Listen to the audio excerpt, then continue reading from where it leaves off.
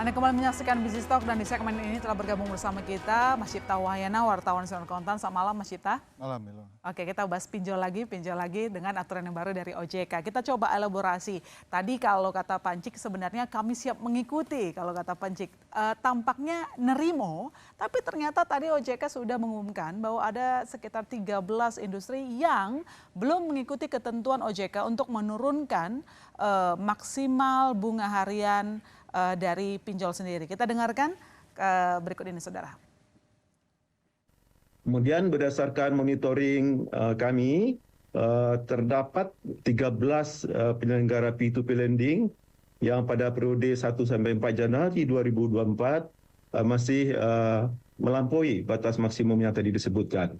Oleh karena itu, kami sekarang sedang melakukan klarifikasi kepada 13 penyelenggara tersebut, dan kemudian jika terbukti memang terjadi pelanggaran, akan kami kenakan sanksi administratif sesuai ketentuan yang berlaku. Apa ketentuan yang berlaku? Ini diatur di pasal 29 POJK 10/2022. Di situ disebutkan bahwa penyelenggara wajib memenuhi kebutuhan batas maksimum manfaat ekonomi dalam memfasilitasi pendanaan.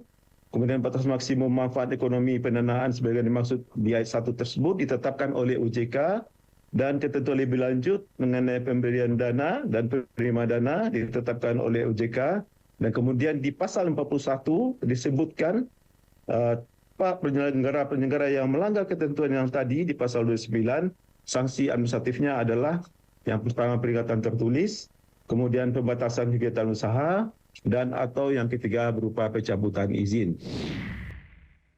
Ya, Panci, tadi kan saya sudah tanya itu dari awal kalau Panci kan mengatakan bahwa industri sebenarnya siap mengikuti. Tapi buktinya ada 13 industri yang belum mengikuti. Apakah memang agak berat karena ini ngomongin soal profit yang mungkin akan berkurang kalau bunganya diturunkan? Sebenarnya ya OJK sedang melakukan verifikasi untuk yang 13 itu ya. Nah, karena fintech peer-to-peer lending ini adalah hubungannya banyak dengan program, sehingga switching bunga itu kadang-kadang tidak semudah apa yang kita pikirkan. Kami juga sudah melakukan komunikasi ya dengan teman-teman seluruh platform untuk hal ini, sehingga kita juga dari AFPI melakukan namanya patroli,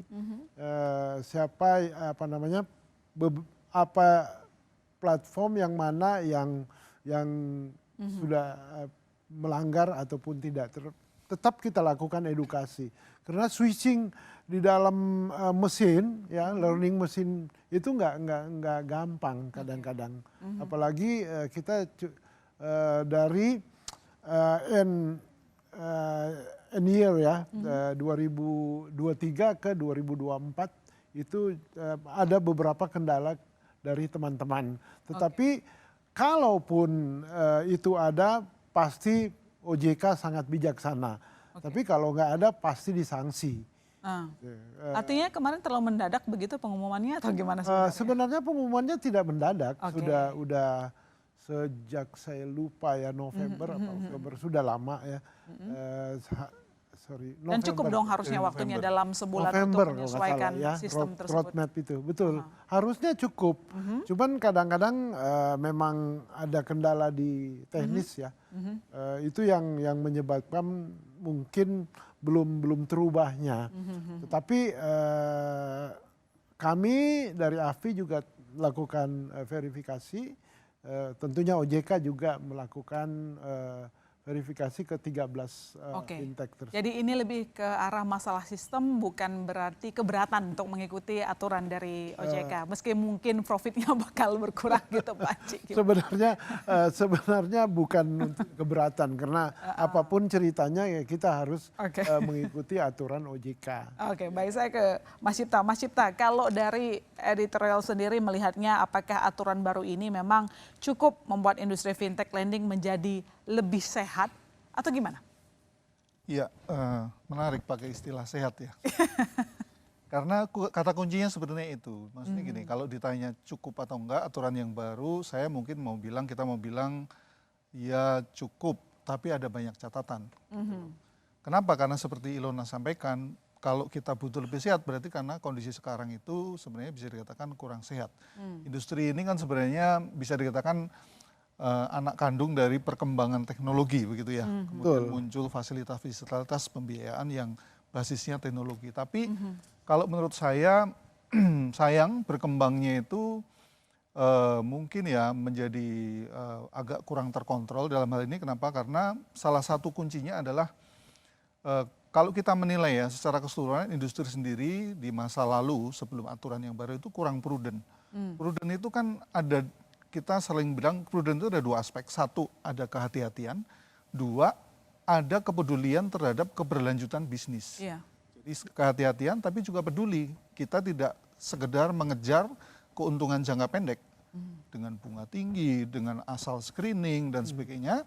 Tapi kita harus berpikir ini bisnisnya harus panjang gitu loh. Jangan sampai yang untung hanya yang di depan aja Pak. Nanti orang lain masuk udah susah lagi gitu. Karena bisnis fintech ini sebenarnya udah gede banget. Jadi kita kan hanya melihat sekarang misalnya angkanya 56 ya.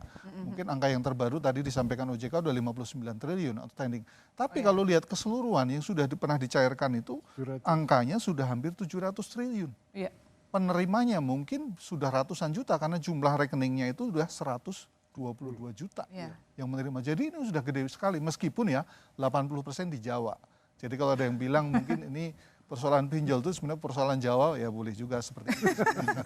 Berarti tapi Jawanya harus jadi konsentrasi. Ya, saya kembali ke tadi. Jadi ada aspek prudensial yang selama ini mungkin kurang diperhatikan. Bunganya terlalu tinggi, screeningnya mungkin sembrono. Saya bilang sembrono karena saya menjadi saksi hidup banyak di lingkungan saya orang bisa pinjam itu sampai 10 aplikasi. Legal, ilegal Mas? Legal. Legal 10 aplikasi. Bisa dilihat semua aplikasinya kelihatan 10 aplikasi. Dan semua legal? Jalan, semuanya legal. Lalu sampai kalau kita bicara aspek prudensial sampai penagihan. Penagihan gitu ya. Nah sampai di situ sebenarnya kita juga kemudian misalnya kalau kita bicara soal kredit macet cuma 2,8 nanti dulu. Karena banyak prakteknya, banyak peminjam itu yang gali lubang tutup lubang. Kelihatannya dia lancar tapi sebenarnya dia pinjam lagi. Jadi hati-hati dengan jebakan angka. Itu juga jangan-jangan itu istilahnya ya fata morgana aja karena sebenarnya realnya sebenarnya orang ya hanya muter aja gitu. Tapi ya semoga kita berharap dengan, kan ini menjawab ya, aturan yang keluar baru ini kan menjawab. Bunga dibatasi, modal harus segera dipenuhi, begitu ya. Lalu screening, ini diwajibkan screening. Meskipun masih ada pertanyaan Pak, karena screening itu di soal kapasitas disebut bahwa angsuran maksimal 50% dari penghasilan. Padahal kan idealnya kita tahu 30%. 30% itu baru tercapai di 2026 kalau nggak salah. Sekarang masih 50%. Padahal orang pinjam kan nggak cuma di pinjol. Di KPR, ada di mana. Ada di bank juga gitu ya. Ini yang mesti jadi perhatian juga gitu. Yang terakhir soal penagihan. Penagihan kan memang juga sudah diatur ya Pak ya. Ini lebih ketat lagi aturannya. Nah tapi sekali lagi ya sudah bagus tapi pengawasannya seperti apa. Selain tadi catatan soal capacity yang 50% itu sebenarnya masih cukup berisiko. Tapi sekarang ya oke, kita tunggu penyesuaian, tadi masih ada yang belum bisa menyesuaikan ya. Tapi kita tunggu juga pengawasannya seperti apa. Supaya ya kalau memang nggak bisa mengikuti aturan ya mungkin harus tutup ya tutup. Supaya seperti Ilona sampaikan kita tumbuh sekarang lebih sehat gitu. Baik, sebelum saya ke Mas Rio, saya follow up lagi pernyataan dari Mas Cipta ke Panci. Panci, ini kan diatur dulu baru industri mau rela begitu ya menurunkan bunga hariannya. Selama ini apa yang membuat industri begitu berani memasang bunga yang cukup tinggi? Lalu kemudian soal screening, sampai ada orang bisa pinjam 10. Di bank saja Pak, kita kan kadang dilihat ya punya utang di mana saja. Kok begitu gampangnya orang lolos untuk minjam begitu? Apakah tidak ada data-data kerjasama antar industri soal riwayat finansial seseorang? Ya betul. Sebenarnya ada namanya fintech data center.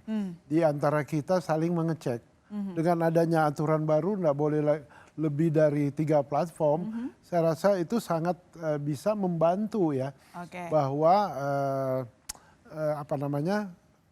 pinjaman yang berlebih. Jadi sehingga nantinya borrower ini tidak meminjam kayak tadi disampaikan bahwa ada yang sampai 10 aplikasi.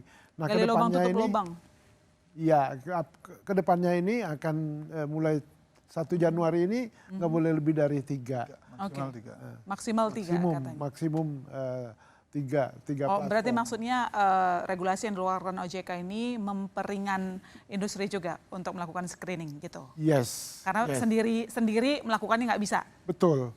Karena kadang-kadang teknologinya kurang atau gimana? Sebenarnya bukan teknologi dan informasinya ada, tetapi kecepatan itu lebih cepat orang meminjam. Karena memang menggunakan jasa pihak ketiga, nggak sendiri gitu? Enggak, ke FDC-nya. Jadi umpamanya saat ini orang meminjam ya, dia buka bukan cuma 1 aplikasi, bisa 10 aplikasi. Dia gambling. Siapa yang bisa terima gitu ya? Mana yang cepat. Diajuin dalam waktu yang sama berarti ya? Oke, baik. Sehingga kadang-kadang informasi di FDC itu jadi rancu. Ini tampaknya memang harus ada investasi lagi di bidang teknologi begitu, ongkos lagi begitu ya Pak. Itu konteks di situ soal permodalan tadi. Permodalan ya. Diperkuat. Ya, permodalan semakin diperkuat. Risk controlnya mesti lebih kuat lagi, credit scoringnya lebih bagus. Tadi disampaikan prudent, itu harus lebih prudent lagi. Kalau tidak ya kredit macet akan naik. Satu, yang kedua yang paling penting mungkin pengawasan dari OJK akan kena sanksi-sanksi sesuai dengan aturan yang ditetapkan oleh OJK. Oke, baik. Saya ke Mas Rio. Mas Rio mungkin punya catatan yang bisa dibagikan kepada kami berapa jumlah aduan masyarakat terkait dengan pinjol, baik legal dan ilegal. Paling banyak masalahnya apa? Apakah soal penagihan atau bunga yang terlalu tinggi? Ya, terkait dengan permasalahan sendiri tahun 2022 soal jasa keuangan itu sendiri kurang lebih 32,9% jasa keuangan sendiri. Dari jasa keuangan itu kita sebenarnya dari ada beberapa sektor, ada 6 sektor di jasa keuangan. Nah, tertinggi pengaduan jasa keuangan itu sendiri adalah dari pinjaman online yang kurang lebih 44% menyimpang dari total permasalahan jasa keuangan itu sendiri. Nah, kalau kita lihat secara mendalam sebenarnya berapa sih persentase pelaku usaha pinjaman online yang diadukan oleh konsumen kepada YLKI? Yang 74% yang memang itu adalah pinjol ilegal. Nah, 26% itu adalah pelaku usaha yang itu adalah legal dan terdaftar di OJK. Nah, yang diadukan pada kami terhadap permasalahan-permasalahan fintech itu sendiri kurang lebih adalah paling tinggi adalah tata cara penagihan. 57%. Tentu itu sangat dari awal ini sudah banyak juga jadi korban bahwa intimidasi atau dibuatkan grup WhatsApp atau di share data pribadinya dan sebagainya. Itu adalah tata cara penagihan yang banyak dilakukan oleh teman-teman dari pinjol, sehingga itu banyak diadukan oleh konsumen kepada kami soal etika tata cara penagihan itu sendiri. Yang terkait dengan informasi nggak sesuai juga sangat banyak pada kami. Tenornya 1 bulan ternyata baru 2 minggu atau 3 minggu sudah ditagih. Jadi belum jatuh tempo banyak sudah ditagih itu pada konsumen. Tidak meminjam namun ditagih. Nah, ini juga menjadi permasalahan. Waktu itu kan memang ada aturan bahwa kontak data pribadi memang itu nggak boleh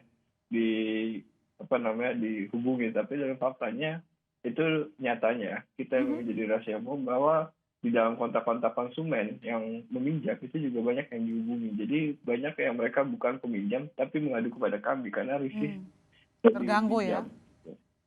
Jadi banyak persoalan. Terus juga ternyata tidak meminjam namun ditransfer. Itu juga banyak tidak meminjam cuma menginstal aplikasi terus tiba-tiba ditransfer uang terus tiba-tiba disuruh mengembalikan. Nah, kasus kemarin di YLKI juga terima juga pengaduan baru tahun 2024. Dia meminjam tapi di ilegal dia datang kurang lebih meminjamnya 2.080.000, ternyata ditransfer kurang lebih 200 juta lebih. Dan juga pinjam kedua 1.500.000, ternyata ditransfer 156 juta. Jadi kurang lebih pinjolnya itu 350 atau 360 juta itu kemudian bayar kepada konsumen. Nah, ketika konsumen mau mengembalikan alamatnya itu ruko kosong gitu kan, aneh juga gitu. Jadi legal ini juga kadang-kadang pakai permasalahan seperti itu dan konsumen sekarang juga nggak tahu harus mengembalikan kemana. Nah, itu adalah soal permasalahan pinjaman online. Memang selama ini harus jadi daftar inventaris masalah dan harus diselesaikan oleh OJK maupun dari teman-teman AFI itu sendiri. Iya, iya. Meskipun sudah ada aturan soal bunga, kemudian juga kita lihat soal sistem penagihan, tetapi pengawasan tetap harus dilakukan ya, terutama dari Satgas ya. Kalau dari ceritakan sama Mas Rio tadi kok agak menyeramkan ya, terkirim berapa, pos dibalikin malah nggak bisa, tapi mereka tetap ditagih. Itu kan cukup, memang Satgas sudah bergerak, ada lebih dari 6 ribuan pinjaman online ilegal yang sudah ketahuan begitu, sudah dihentikan, tetapi ternyata masih tumbuh terus. Kita tunggu nanti bagaimana antisipasi dari Satgas agar layanan keuangan yang ilegal ini dapat diberantas. Saudara jangan kemana-mana, kami masih akan segera kembali.